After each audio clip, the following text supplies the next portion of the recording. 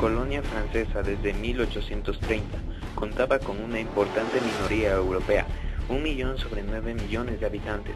Tras la Segunda Guerra Mundial, en la sociedad argelina empezó a crecer el sentimiento de la independencia.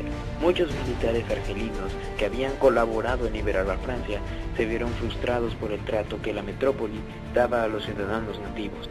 En 1943, el nacionalista argelino Ferhat Abbas promulgó el Manifiesto del Pueblo Argelino, en el que se planteaba a Francia peticiones claras de independencia. Tras la guerra, el nacionalismo argelino fue organizándose, pero tuvo que sufrir la represión de las autoridades francesas y la presión proveniente de los colonos franceses. El sentimiento de libertad se fue intensificando en la clandestinidad. Fue así como Ben Bella puso en marcha la organización especial OS, que practicaba la lucha armada como medio de acceder a la independencia. En julio de 1954 se fundó en Argel el Comité Revolucionario de Unión de Acción, CRUA, integrado por dirigentes nacionalistas y jefes de la revolución, con el fin de preparar la rebelión armada en contra de Francia. El Frente de Liberación Nacional FLN, dirigido por figuras como Boudiaf o Ben Bella, inició hostilidades militares en contra de la administración francesa el 1 de noviembre del 54. En agosto del 55, la guerra se alzó en la región de Constantina, con importantes matanzas por ambos bandos y con una durísima represión por parte del ejército francés. En 1956, Francia había ya desplegado un ejército de 500.000 soldados. En ese mismo año, los franceses intentaron con los británicos la operación del Canal de Suez. Sin embargo, esta fracasó. También, Francia concedía la independencia a Marruecos y Túnez y concentraba todas sus fuerzas en retener la Argelia francesa. De 1956 a 1957 tuvo lugar la Batalla de Argel, en la que los ataques terroristas del FLN contra objetivos civiles y militares franceses fueron contestados de forma brutal por los paracaidistas del general Jacques Massu.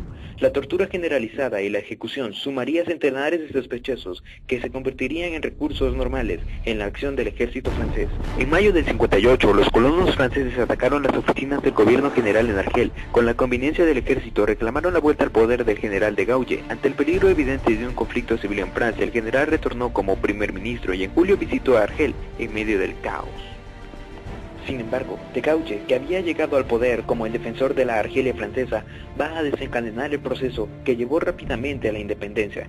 Tras prometer reformas económicas, en 1959 aceptó el principio de la autodeterminación del pueblo argelino. La respuesta de los colonos fue un nuevo levantamiento en enero de 1960 que fracasó por la falta de apoyo militar. En el 61, un golpe militar organizado por 4 generales, entre ellos Salan y Chaye, que habían sido jefes del ejército en Argelia, fracasó.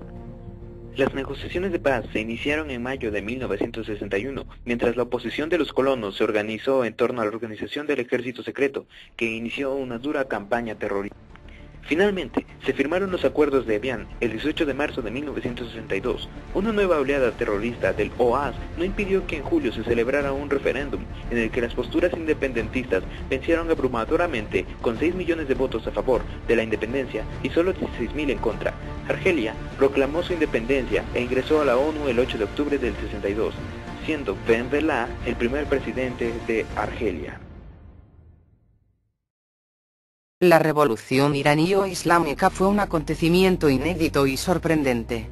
Hablamos de revolución porque realmente lo fue, en el sentido de un movimiento subversivo popular que fue capaz de poner fin a un régimen establecido, con la participación directa de las masas.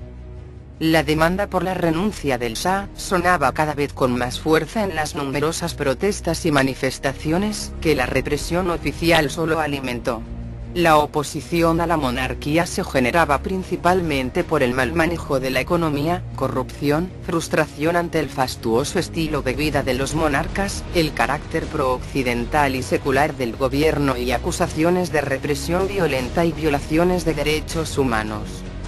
Las reformas modernizadoras emprendidas por el Shah Reza Pahlavi en el marco de una dictadura corrupta y bajo una fuerte influencia norteamericana engendraron un importante descontento social, prontamente encauzado por el clero chiita. Pese a la brutal represión de las fuerzas policiales, largos meses de protestas desencadenaron la huida del Shah y el fracaso del intento de mantener un régimen pro-occidental bajo el primer ministro Bakhtiar. En los últimos años de la década de los 70 el polo opositor aglutinó a la clase media, estudiantes universitarios, empresarios y estudiantes religiosos del país. Desde su exilio en París, Francia, el ayatolá Khomeini se convirtió en la voz que unificó a la oposición. Era la cabeza de un grupo de clérigos que favorecía el derrocamiento de la monarquía y la creación de un Estado islámico. El ayatolá Khomeini retornó desde su exilio francés el 1 de febrero de 1979 en medio de enormes manifestaciones. El 1 de abril, tras una abrumadora victoria en un referéndum, Khomeini proclamó la República Islámica, a la que pronto se dotó con una constitución que reflejaba los ideales de gobierno islámico. Inmediatamente se tomaron medidas fundamentalistas y comités revolucionarios patrullaron las calles para obligar a cumplir los códigos de comportamiento y vestido. Mientras el régimen trataba de borrar cualquier vestigio de influencia occidental. El sentimiento antiamericano se desbordó el 4 de noviembre de 1979 con el asalto por estudiantes islámicos de la Embajada de Estados Unidos.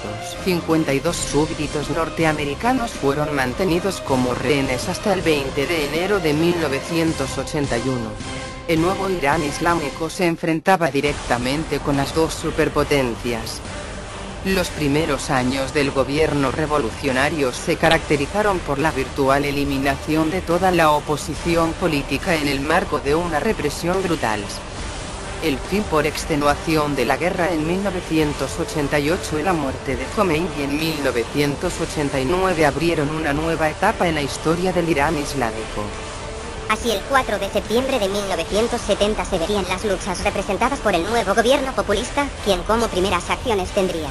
En julio de 1971 se nacionalizaría por completo el cobre, carbón, minas de hierro y nitrato, también la industria textil. En este mismo año se continuó con la expropiación de tierras, alcanzando grandes avances. Para 1972 el latifundio había sido prácticamente erradicado. Estas acciones el pueblo y sobre todo los sectores apáticos a la política lo tomarían a bien, dando así su completo apoyo y siendo los principales luchadores para la nueva era socialista en Chile, los trabajadores, estudiantes y en general el proletariado.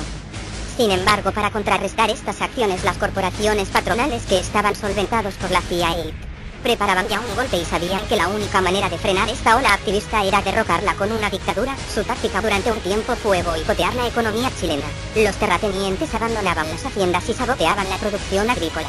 Según un informe de la policía, 2.000 hombres armados estaban bajo las órdenes de los terratenientes que se dedicaban a acciones de terrorismo y sabotaje de instalaciones públicas de gas, electricidad y agua, con objeto de causar el descontento. El 27 de abril cientos de miles de obreros desfilan por las calles de Santiago, siendo tiroteados al pasar la marcha cerca de la sede de la DECC por militantes democristianos encaramados en las ventanas. El resultado: un obrero muerto. La estrategia de la tensión y la provocación de la burguesía está teniendo éxito. El enfrentamiento social es inevitable. El 28 de mayo llega el primer aviso de los militares. Tras una reunión del alto mando declaran que las CCF.A se considerarán autónomas. La situación es dramática. La burguesía no se atreve aún a lanzar el golpe final, mientras que los trabajadores son detenidos por sus direcciones tradicionales en las que todavía confían. El 29 de junio, un día después del final de la huelga, un regimiento blindado ataca el Palacio de la Moneda. Tras dejar 22 muertos, el golpe fracasa por la no implicación de otras unidades militares que observaron con cautela la respuesta obrera. En cuestión de horas, miles de trabajadores hicieron huelgas, ocuparon fábricas, organizaron piquetes y marcharon hacia el Palacio de la Moneda. Los responsables están vinculados al grupo fascista Patria y Libertad. El 9 de agosto, 3 militares son admitidos en el gobierno. Pinochet queda como jefe interino del ejército, desde donde prepara el golpe. El 12 de agosto un grupo de marinos de Valparaíso descubre los preparativos del golpe, pero antes de que puedan denunciarlo son detenidos y torturados. El 22 de agosto la oposición declara que el gobierno de Allende ha roto la Constitución, dando por tanto legitimidad al golpe de Estado, que solo es cuestión de días. La oposición exige la renuncia de Pinochet. El diálogo solo fue una estratagema de la DECC para ganar tiempo y concesiones, pero que no contradice la estrategia del golpe de Estado. El 4 de septiembre, 7 días antes del golpe, 800.000 personas desfilan ante el Palacio de la Moneda, muchos de ellos vienen armados con palos, pidiendo armas para defender el poder popular y exigiendo mano dura contra los reaccionarios y facciosos. Desgraciadamente, una vez más, sus dirigentes no estuvieron a la altura de las circunstancias y en vez de armas les ofrecieron discursos cargados de buenas intenciones. Uno de los movimientos de liberación nacional más destacados del siglo XX fue el de India y por consecuencia de Pakistán, que en ese tiempo pertenecía a este país. La principal causa por la que estalló este suceso fue la iniciativa de la corona británica por instaurar nuevas reformas constitucionales en la India. Tales acciones se llevarían a cabo por una comisión a cargo de Sir John Sayre. Los partidos políticos en la India se opusieron a estas reformas, y tiempo después el Partido del Congreso redactó de manera formal la petición a la corona británica para designar a India como dominio dentro del imperio, un nombramiento muy parecido al concedido tiempo atrás a Canadá. Además, se fijó como fecha límite para la determinación del gobierno diciembre de 1929, y se anunció que de ser rechazada la petición, se iniciaría en India un estado de desobediencia contra la corona y las leyes británicas.